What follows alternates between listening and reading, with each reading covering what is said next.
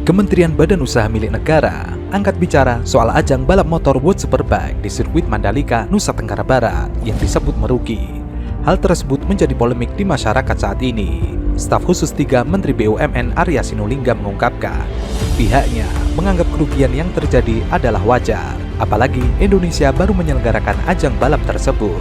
Ia mengatakan, ya wajarlah, namanya juga di mana-mana promosi pertama ia memang rugi.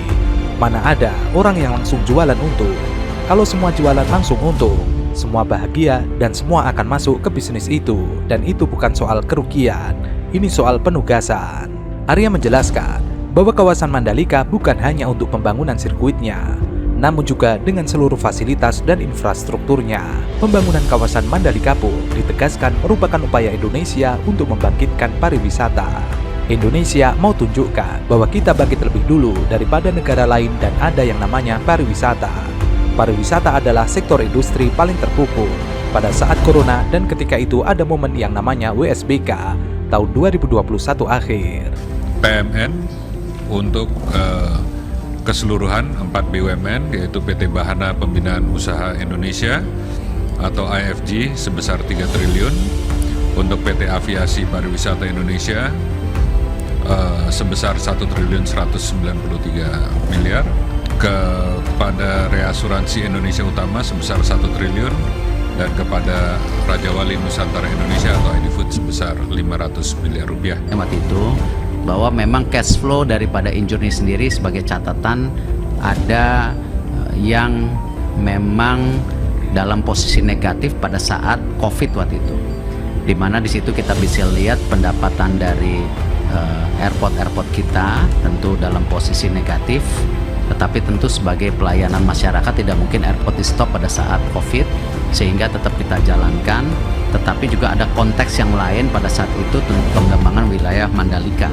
Nah, salah satunya dana yang 1,2 triliun ini sebenarnya tidak hanya tadi memaksa daripada airport sendiri yang sekarang sudah recover, ya bahkan sudah ada yang lebih bagus, tetapi masih ada mungkin 70% airport yang belum recover.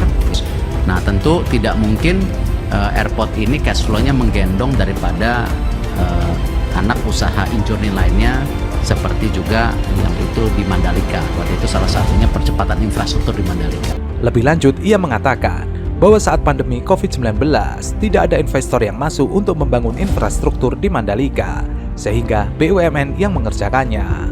Bayangkan baru corona, baru vaksinasi, tiba-tiba kita bikin yang namanya WSBK. Itu artinya BUMN masuk di area di mana orang belum berani masuk supaya apa? Menggerakkan ekonomi.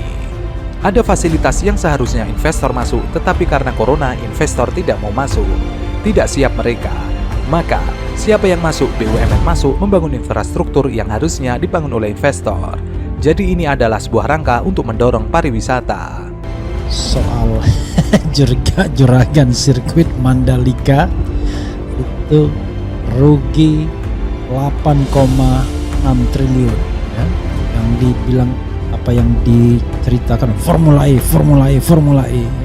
Padahal ini semua sudah dibantu oleh pemerintah dengan segala kekuatannya, ternyata terbukti rugi besar 4,6 triliun. Bayangkan, itu nggak tanggung-tanggung ruginya 4,6 triliun itu. Rugi 4,6 triliun itu, bayangkan itu bisa satu BUMN menengah. Jasa Marga misalnya keuntungan bersihnya itu saja paling cuma 2, sekian triliun, itu sudah yang paling besar. Kalau ruginya sampai 4,6 triliun itu kebangetan. Kok bisa rugi sebesar itu? Sementara itu, jadwal sementara Formula E 2024 sudah dirilis dan tidak seperti tahun ini. Jakarta hanya menggelar satu balapan saja. Jakarta E-Prix 2023 baru saja berlangsung pada 3-4 Juni. Yeah, I'm extremely happy about this achievement today. Really proud, and yeah, pretty perfect weekend, I would say. Apart from the P3 yesterday, we topped every session, so yeah, huge feeling, and really happy for the team. So first of all, thank you so much for the great and warm welcome here in Jakarta, in Indonesia. It was very warm indeed, and yeah, I really enjoyed being here. It was a fantastic weekend for me. It had so much to offer.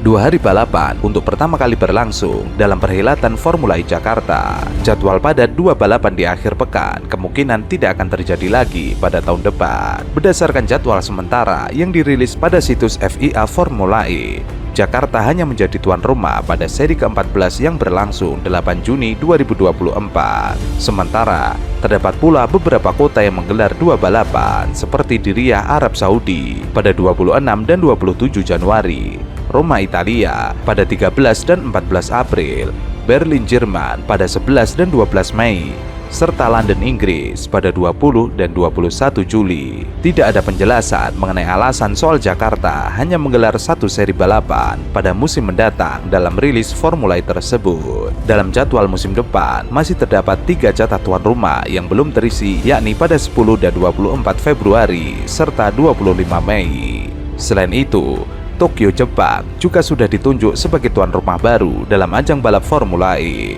Jakarta sudah menjadi tuan rumah Formula E sejak musim 2021-2022. Kala itu, balapan berlangsung pada 4 Juni 2022. Sementara pada musim kedua balapan di Jakarta, pihak Formula E mempercayakan sirkuit Ancol atau Jakarta International Epic Circuit menggelar 2 balapan pada 3 dan 4 Juni 2023. Tokyo masuk ke dalam kalender sementara untuk musim ini. Tokyo akan menjadi puncak dari musim ke-10 bersejarah Formula E. Lebih lanjut, dengan lebih banyak kota ikonik dunia yang ingin menjadi tuan rumah balapan Formula E dan membuat acara motorsport dunia. Adapun Formula E Tokyo akan digelar pada 30 Maret 2024 di dekat toko Big Sight di tepi pantai Teluk Tokyo. Nantinya akan menghadirkan 22 pembalap dari 11 tim yang akan berkompetisi di balik kemudi mobil balap listrik tercepat dan bertenaga saat ini, yaitu Gen 3. Formula E dan pemerintah metropolitan Tokyo telah bekerja sama untuk membawa balapan ke kota untuk mendukung inisiatif Zero Emission Vehicle, bagian dari strategi Zero Emission Tokyo. Kota ini memiliki rencana aksi iklim yang bertujuan untuk mencapai emisi 0 bersih pada tahun 2050. Sementara itu, Ketua Komisi BIP Dewan Perwakilan Rakyat Daerah DKI Jakarta Ismail mengatakan, ajang balap Formula E seharusnya sudah mendapatkan banyak sponsor. Sebab ajang balap itu merupakan perhelatan internasional yang memiliki banyak penggemar dan sering digelar di negara lain. Jika dibandingkan penyelenggaraan Formula E, masyarakat bisa membandingkan penyelenggaraan Formula E di negara lain. Ketika di negara lain terlaksana dengan baik dibuktikan, salah satunya sponsor yang banyak, berarti sesuatu yang menjanjikan. Ismail mengatakan, seharusnya Jakpro memanfaatkan pesona Formula E itu untuk menarik sponsor. Calon sponsor harus diberi pemahaman bahwa mendukung acara ini akan membawa banyak keuntungan karena tidak hanya sorotan penonton Indonesia, tetapi juga dunia. Hal tidak mulus lainnya soal penyelenggaraan Formula E 2023 Jakarta berkaitan dengan penjualan tiket.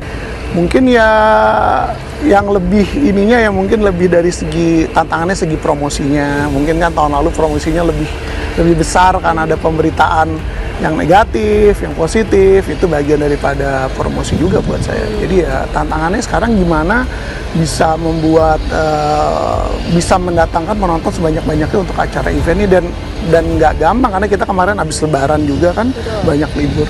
Sebab ada perbedaan ekspektasi penjualan tiket antara CEO founder Formula E Alberto Longo dengan panitia Formula E Jakarta. Alberto mengharapkan ada peningkatan penjualan tiket hingga 2 kali lipat pada Formula E tahun ini.